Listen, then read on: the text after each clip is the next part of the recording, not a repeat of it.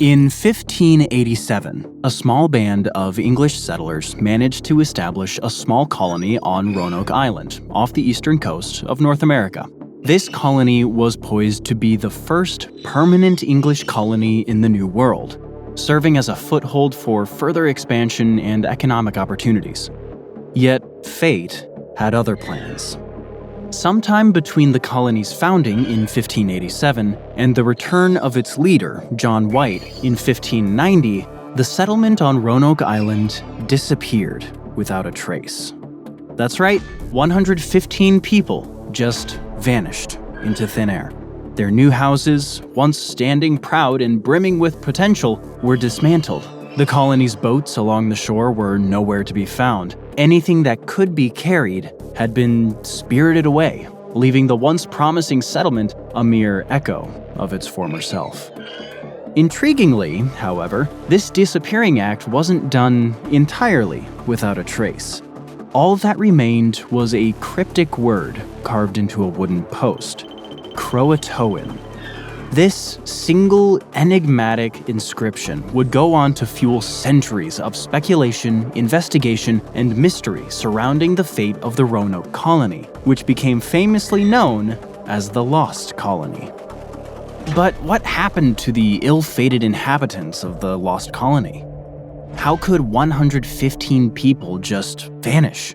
If you were to look for answers in popular culture, you'd be met with a host of paranormal explanations. According to some sources, Croatoan is depicted as a vampire, a powerful demon, or a human-like murderer. American Horror Story slightly twists this narrative, making the word Croatoan a trigger for supernatural horrors. Of course, these are all fictional interpretations, sparked by just how perplexing the real-life disappearance of the Roanoke Colony remains. Yeah, you heard that right. We said remains. As of 2024, there still isn't a definite answer as to what exactly happened to the colony. However, there are theories, abundant in number and plausible in nature, and none of them involve any supernatural creatures. Go figure. But to understand how historians and researchers came up with these theories, we must first examine the historical evidence and context surrounding the Roanoke Colony before it became the Lost Colony. In other words, we're going back in time. We'll start our voyage in 1578, almost a decade before the Roanoke Colony was established. This was the year Queen Elizabeth I granted a charter to Sir Humphrey Gilbert, an English adventurer and soldier, to explore and colonize territories unclaimed by Christian kingdoms. Naturally, converting the population of the New World to Protestantism was just one of the motives driving the exploration sanctioned by Queen Elizabeth. Other motives had more to do with the lure of untold wealth. Gilbert saw the Queen's chart as permission to claim all the territories north of Spanish Florida, or La Florida, the first attempted English settlement in the New World. Unfortunately, he would go on to claim only a tiny part of these territories, now St. John's, Newfoundland, before his demise in 1583. The following year, Queen Elizabeth divided the charter between his brother, Adrian Gilbert, and his half-brother, Walter Raleigh. With his charter, Adrian could lay claims on Newfoundland and territories extending northward, where long-sought trade routes to Asia could potentially be discovered. As for the lands to the south, they were granted to Raleigh, despite Spain having established prior claims over much of the region. His primary task was establishing a colony by 1591, serving as a base for raids against the Spanish treasure fleet. Failure was not an option, as this would strip Raleigh's right to colonize these coveted southern lands. This provision explains why he didn't give up, even when faced with immense challenges and setbacks. Some of the challenges would continue to plague the Roanoke colony later on, and even possibly contribute to its fate. So it's essential to explore Raleigh's relentless pursuit in more detail. Raleigh set off for his first expedition in April of 1584, using two ships led by English captains, Philip Amadas and Arthur Barlow.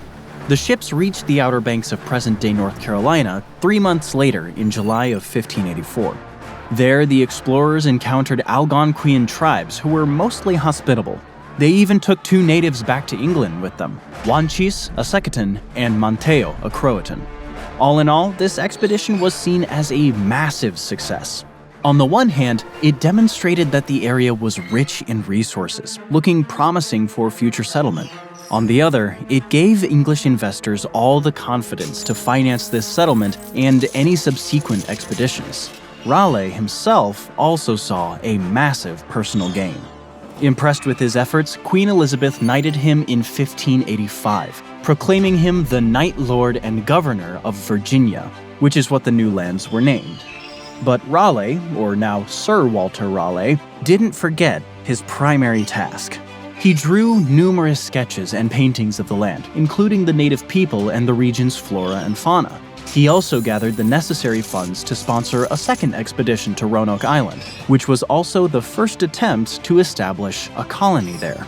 Armed with knowledge and resources, 7 vessels commanded by Richard Grenville set sail from Plymouth, England, carrying 600 soldiers and sailors.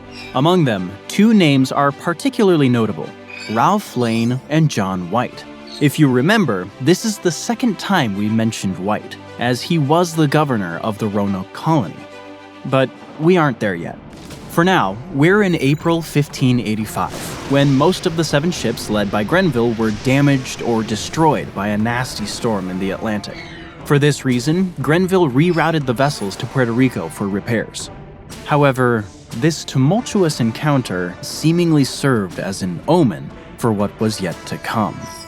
First, the relationship between Grenville and Lane started to fray, as disagreements arose over the direction and priorities of their expedition. Next, a few of the larger ships, now repaired, couldn't pass through the inlets close to Roanoke Island, forcing the explorers to leave them anchored off the Atlantic coast. Since the ships were highly vulnerable to bad weather in their new position, the next unfortunate occurrence shouldn't come as a surprise. One of the anchored ships, the Tiger, Grenville's flagship, was severely damaged during a violent storm, which also decimated its food supplies.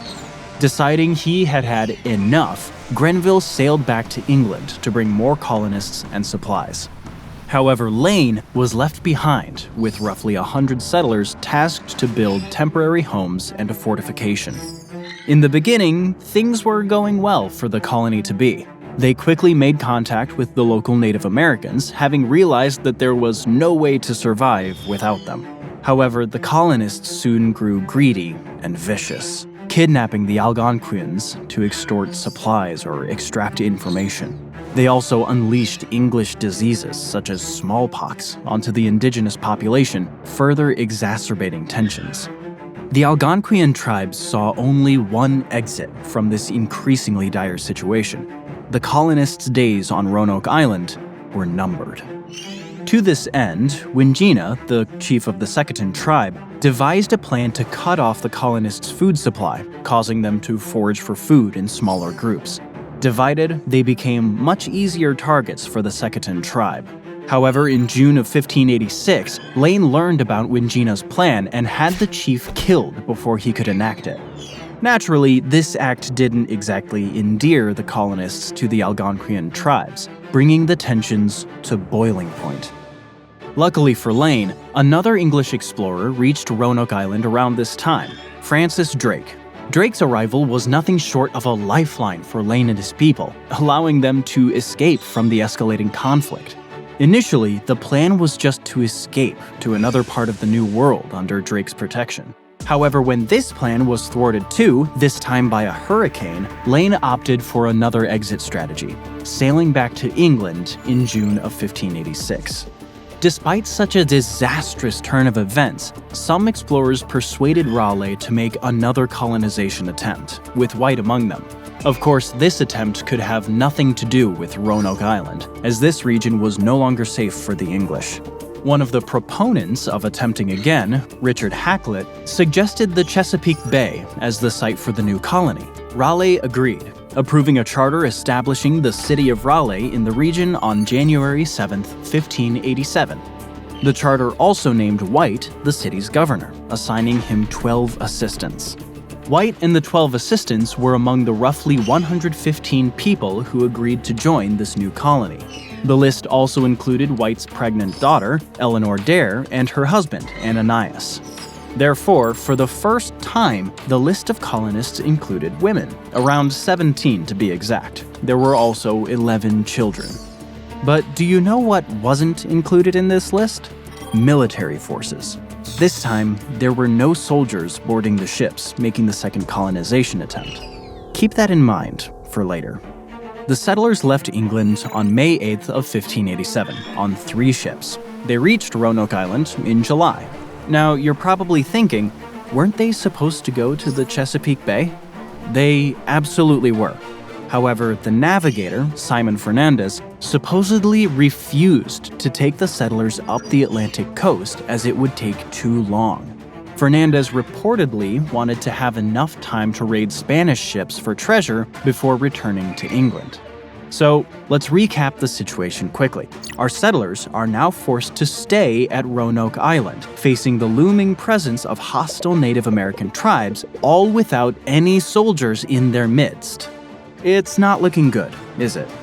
To make matters worse, settlers would soon run out of supplies, as they couldn't count on replenishments from the local tribes. Also, Eleanor gave birth on August 18, 1587, bringing a daughter into a world filled with uncertainty, scarcity, and danger. Still, the daughter was christened Virginia to honor the fact that she was the first English child born in the New World, or Virginia, as Queen Elizabeth proclaimed this region. The birth of his granddaughter was likely one of the final pushes White needed to return to England and seek assistance for the struggling colony, though reluctantly. So, he did just that in late August of 1587. His plan was to secure more supplies for the colonists and begin his return trip by March of 1588. But, as luck would have it, his plan would become just one of the many failed plans and misfortunes surrounding the Roanoke Colony. So, what happened this time? Well, just a small issue of a full-blown war with Spain on the horizon. Just as White arrived in England in November of 1587, a massive conflict broke out between the Royal Navy and the Spanish Armada. Queen Elizabeth immediately called on every vessel to confront the Spanish naval might. However, the ships White planned to use to sail back to the New World could in no way stand up to the maritime power of the Spanish Armada, so the Privy Council forbade him from using them. The year 1588 was mostly reserved for the Spanish investigation of the Roanoke Colony. Spaniards feared that the English had established a mighty foothold in the New World that could threaten Spanish interests. That's why they had been gathering intelligence on the Roanoke colonies since 1585. In 1588, Vicente González, a Spanish explorer, was ordered by the King of Spain, Philip II, to search Chesapeake Bay. González came up empty-handed at the bay, but did manage to accidentally discover Port Ferdinando along the Outer Banks. He believed this to be a secret English base, so he rushed back to Spain to report his findings. King Philip planned to launch an attack on this secret base immediately, but was prevented by the defeat of his armada. That's right, the so-called Invincible Armada didn't quite live up to its moniker. It was defeated off the coast of Gravelines in France by the English naval force commanded by Lord Charles Howard and our good friend Sir Francis Drake. Once again, Drake saves the day. The final battle took place on July 29th, forcing the devastated armada to retreat north to Scotland. By the time the remaining ships returned to Spain, half of the initial armada was lost, and approximately 15,000 souls had perished. However, it would take almost 2 years before White was able to travel back to Roanoke Island to provide relief to his colony. He started his voyage back on March 20th, 1590, almost 3 years after he left. He arrived at Roanoke Island on August 18th, 1590, which was, coincidentally, his granddaughter's 3rd birthday. However, there would be no celebration, as his granddaughter was nowhere to be found, just like the rest of the colony. White's party did find fresh tracks in the sand, but spotted no people, settlers, or tribes. One of the first things they saw were 3 letters carved into a tree: C-R-O. When they reached the former entrance of the colony, they also saw the word Croatoan carved into one of the posts. White took these 2 inscriptions as a sign that the colonists peacefully relocated to Croatoan Island, now known as Hatteras Island. But why was he so confident in this? Well, because in 1587, he instructed the colonists to leave a secret code indicating their destination in case they needed to relocate for any reason. So White's party made a plan to go to Croatoan Island the next day, located only 50 miles south of Roanoke Island. Now, at this point, will you even be surprised when we tell you that nothing came of this plan? This time, an anchor cable snapped on the ship that was supposed to sail for the Croatoan Island, the Hopewell. The crew planned to spend winter in the Caribbean and return to the Outer Banks in the spring of 1591. However, this plan also fell through. No shockers there. Hopewell was blown off course and was forced to attempt landfall in the Azores, Portugal. Strong winds halted this plan as well, forcing Hopewell to travel back to England. The ship arrived in its home country on October 24th, 1590. White would never return to Croatoan Island or know for certain what happened to his colony, including his daughter and granddaughter. He retired to a home in Ireland and wrote an account of his voyage to Virginia in 1593, suggesting that the colony might still be alive. Interestingly, Raleigh didn't particularly care about the colony's disappearance. All he cared about was that as long as they were presumed alive, his claims to Virginia were valid. However, he did launch an official investigation into the matter, sailing to the Outer Banks in 1595. But as it turned out, this journey had a whole other goal not related to the colonists: finding El Dorado, the legendary city of gold. Unlike Raleigh, many subsequent researchers expressed genuine interest in finding the lost colonists. Let's list them and their findings in a rapid-fire style. Bartholomew Gilbert, 1603. Sailed for Chesapeake Bay but was killed by the Native Americans in an unknown location. John Smith, 1607 to 1609. Investigated a mysterious place called Pacricanic, following the establishment of the Jamestown settlement but found no traces of the colonists. William Strachey, 1610 to 1612. Wrote The History of Travail into Virginia, Britannia after visiting Jamestown, suggesting a slaughter at Roanoke. And John Lawson, 1701 to 1709, visited the now Hatteras Island and assumed that the Roanoke Colony had assimilated into the Native American tribes. After John Lawson's investigation, the interest in the Roanoke Colony and its fate waned almost entirely. Nearly 140 years would pass before it was renewed, all thanks to an 1837 magazine story introducing the mythos of Virginia Dare, White's granddaughter and the first English child born in the New World. This article was also the first to refer to Roanoke Colony as the Lost Colony, adding a powerful element of historical intrigue to this mind-boggling tale. Research into the Lost Colony continued and still does over 180 years later, and yet no one was able to find definitive proof of what happened to the settlers. But as we mentioned when introducing this video, there's no shortage of theories. Theory number 1. The colonists assimilated into the Native American tribes. This speculation appeared as early as 1605 and remains one of the most popular explanations to this day. Since the word Croatoan was the only tangible evidence left behind by the colony, this shouldn't be surprising. So, according to this well-accepted theory, most of the colonists traveled to Croatoan Island around late 1587 and settled there. However, the Croatoan inscription wasn't the only evidence for this theory. Ever since 1998, the Croatoan Project aimed to back up this story with archaeological evidence. Their researchers visited Croatoan villages and found multiple artifacts and objects that only English settlers used or owned. Also, there's the supposed existence of the so-called Dare Stones. Some academics believe these stones contain carvings made by White's daughter Eleanor for her father, telling him the fate of the colony. However, these stones are also deemed a hoax by many scholars. But what certainly isn't a hoax are the accounts of Lawson, who visited Croatoan Island at the start of the 18th century. He claimed that some of the Croatoans had gray eyes, an unlikely feature for Native Americans. This led him to believe that there were descendants of the Roanoke colonists living among the Croatoans. Of course, this would also mean that the colonists made it to Croatoan Island. But this island is just one of the destinations suggested by those who believe the Roanoke colony survived. Other theories suggest that the colonists might have traveled west through the Albemarle Sound to reach the Chowan River.